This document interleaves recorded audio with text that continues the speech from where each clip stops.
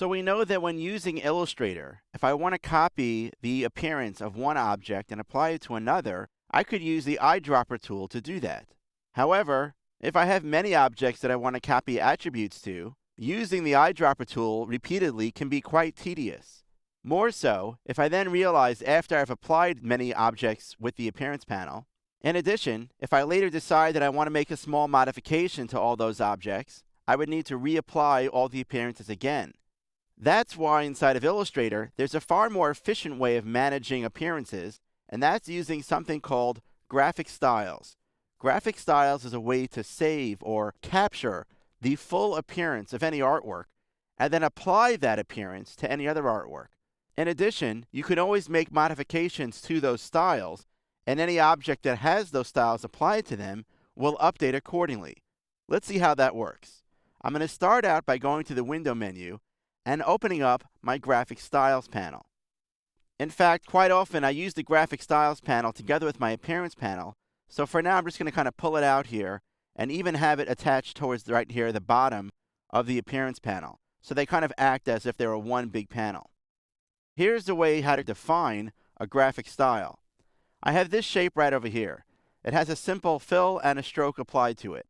I want to capture that appearance. Remember, I'm not saving the path right now. All I'm thinking about are the attributes that are applied to that path. In this case, a green fill and a 2-point black stroke. I'm going to go to my Appearance panel, and right next to where it says the object, which is currently a compound path, I have this little icon here. We call this a thumbnail. It basically gives me a small preview of what the appearance looks like. I'm going to take that thumbnail, click on it, and drag that thumbnail into the Graphic Styles panel. Now I've created a graphic style. I've captured all of the appearance settings of that object. I'm going to double click on it to give it a name. Let's call this one Green Flower. I'll click OK, and you can see now this object is currently selected. In the Appearance panel, not only is the Appearance panel telling me that I have a compound path selected, it's also telling me that the Green Flower graphic style is currently applied to that object. Let's now create or define another graphic style. For example, this one down here has the exact same attributes as the one above with one addition. This one has a drop shadow applied to it.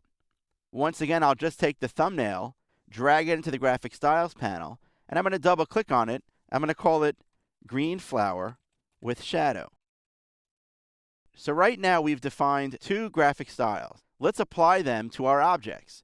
So remember before, if I wanted to click on this object and have it pick up some other appearance settings, I may have used the eyedropper tool. Well, now instead I'm just going to select this object and then click on one of the styles.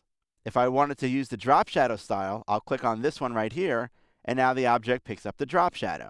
I can click on these over here and do the same. Now I'm going to deselect my objects here. The real benefit of using a graphic style is not that I can just quickly apply a similar style across multiple objects. It's that I can now modify or make changes to that style as needed. Let's see how we can modify that style.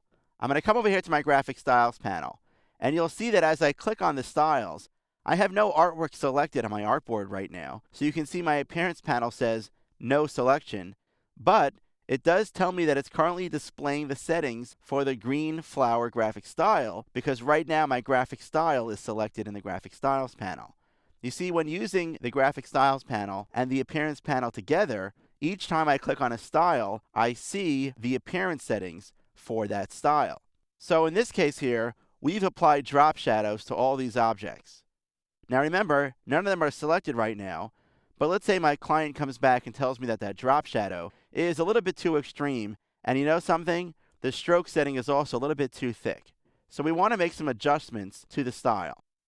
I have the style selected now in the Graphic Styles panel, so I see all of its settings in the Appearance panel.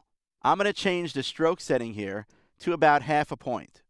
I'm also going to click on the drop shadow and change its opacity value to 40%. I'm now going to click OK. Now at this point, I haven't made any changes yet.